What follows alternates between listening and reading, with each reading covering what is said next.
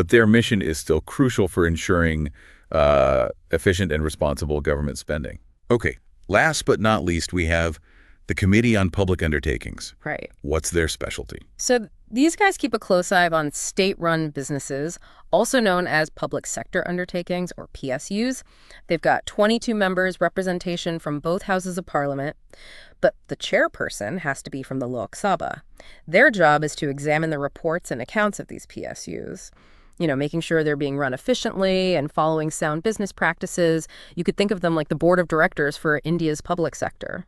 So they are making sure that these state-run businesses are accountable and operating effectively. Exactly. Any limitations we should know about?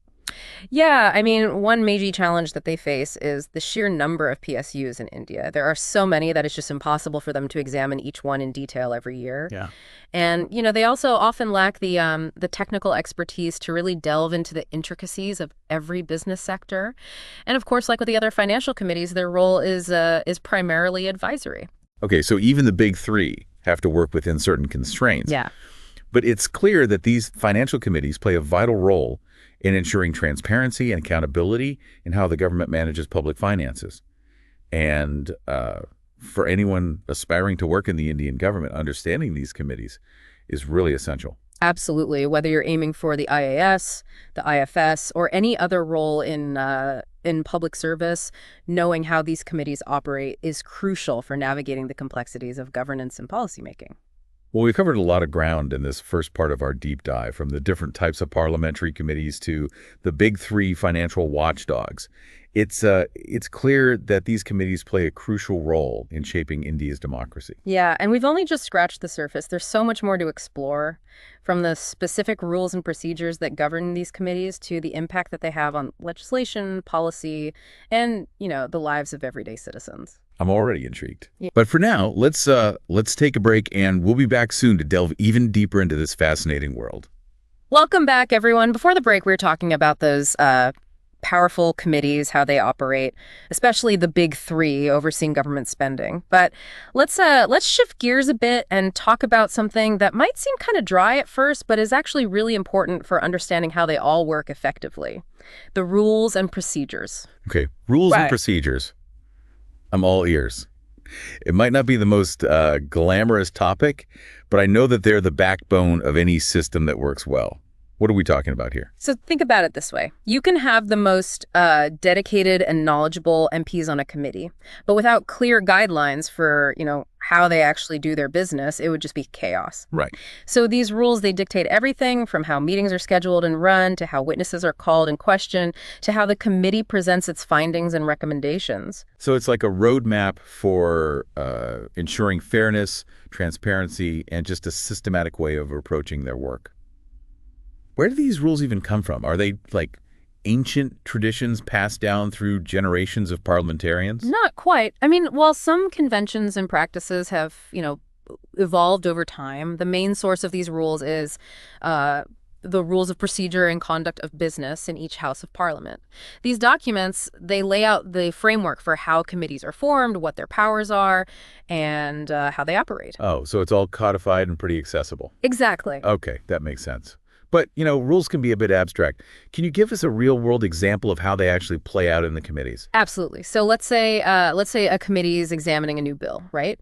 The rules dictate how the committee is going to go through it clause by clause, how amendments can be proposed, how members can vote on those amendments. There's also rules for how witnesses can be called, what questions they can even be asked, and how their testimony is recorded. So it's like a well-choreographed dance, with everyone knowing their steps and following the rhythm. Exactly. To ensure a fair and transparent process. Right. And these rules really help prevent any one person or any one group from hijacking the process or manipulating the outcome.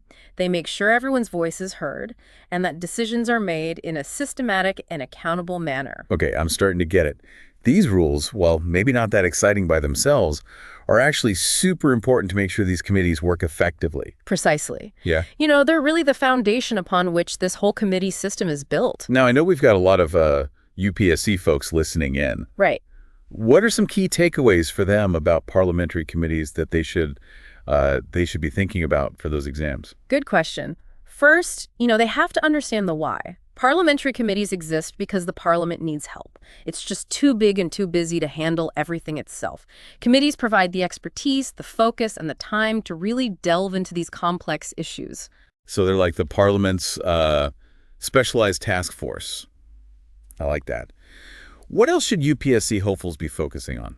Well, they also need to be crystal clear on the types of committees Okay. and their functions. Remember, we have standing committees, the permanent experts, and then the ad hoc committees, right, that are formed for specific tasks.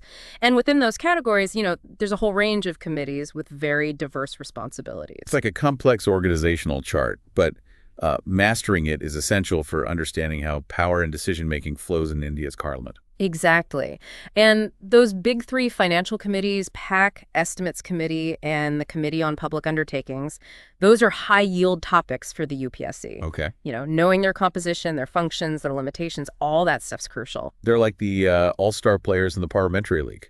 Exactly. And finally, UPSC aspirants should be aware of the limitations of these committees. While they do have a significant role in scrutiny and investigation, their recommendations are ultimately, advisory in nature. The final decision-making power rests with the parliament. So they are influential advisors, but not the final decision makers. That's an important distinction. It is. And understanding those nuances is really key to demonstrating a deeper understanding of the Indian political system, which is what those UPSC examiners are looking for. Okay. Right. This has been super insightful. I feel like I'm finally starting to understand the, this complex world of parliamentary committees. But I'm curious, before we move on, are there any areas where you think these committees could be, improved, strengthened? That's a great question. And it's one that's been, debated for years. I mean, the committee system in India, it definitely plays a vital role. But, there's always room for improvement. Sure. Are there any examples? Well, one common critique is the lack of resources and expertise. They often have very limited staff and research capabilities, which can make it really difficult to delve into these complex issues. It's like sending them into battle with one hand tied behind their back. Exactly. And then another challenge is attendance.